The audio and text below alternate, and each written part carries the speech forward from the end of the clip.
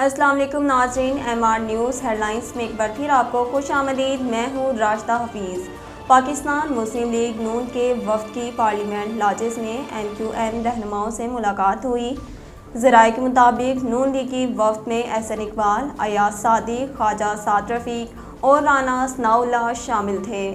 ترجمان M Q M کے مطابق نون لیگی وفد نے خالق مقبول صدیقی اور رابطہ کمیٹی ارکان سے ملاقات کی، جس میں تحریک عدم اعتماد سمیت ملک کی سیاسی صورتحال پر گفتگو ہوئی۔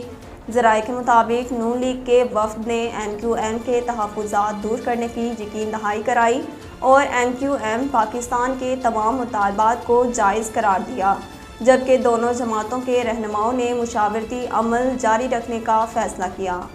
قومی اسمبلی کا اہم اجلاس آج 4 بجے ہوگا۔ رپورٹس کے مطابق اجلاس کے ایجنڈے میں وزیر اعظم عمران خان کے خلاف عدم اعتماد کی تحریک شامل ہے، جبکہ عدم اعتماد تحریک کی اجازت ملنے پر قرارداد ایوان میں پیش کی جائے گی۔ واضح رہے کہ تحریک عدم اعتماد پر 152 ارکان کے دستخط موجود ہیں۔ یاد رہے کہ 25 مارچ کو اسپیکر اسد کیسر نے قومی اسمبلی کا اجلاس مرحوم اراکین کے لیے دعائے مغفرت کے بعد پیر 28 مارچ تک ملتوی کر دیا۔ 25 مارچ کو ہونے والے اسمبلی اجلاس کا 15 نکاتی ایجنڈا بھی جاری کیا گیا تھا، جس میں وزیر اعظم عمران خان کے خلاف تحریک عدم اعتماد بھی شامل تھی۔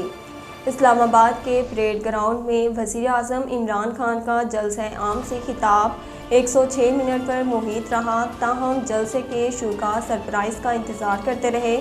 اتوار کو ان کا خطاب 6:57 پر شروع ہوا اور 95 منٹ تک وہ فی البدیہہ جذباتی انداز میں بولتے رہے، قرآنی آیات کا حوالہ بھی دیا، پھر باقی وقت اپنی حکومت کے کارناموں کو اجاگر کرنے میں لیا، جس میں صنعتی ترقی، سیاحت کے فروغ، غربت کے خاتمے، صحت عامہ کے لیے سہولتوں کی فراہمی اور ڈیموں کی تعمیر وغیرہ شامل ہیں۔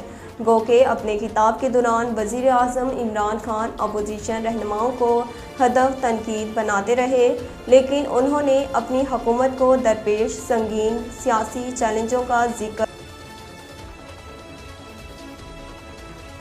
8:12 پر کرنا شروع کیا۔ ناظرین، اب تک کے لیے اتنا ہی۔ مزید خبروں اور اپڈیٹ کے لیے دیکھتے رہیے ایم آر نیوز۔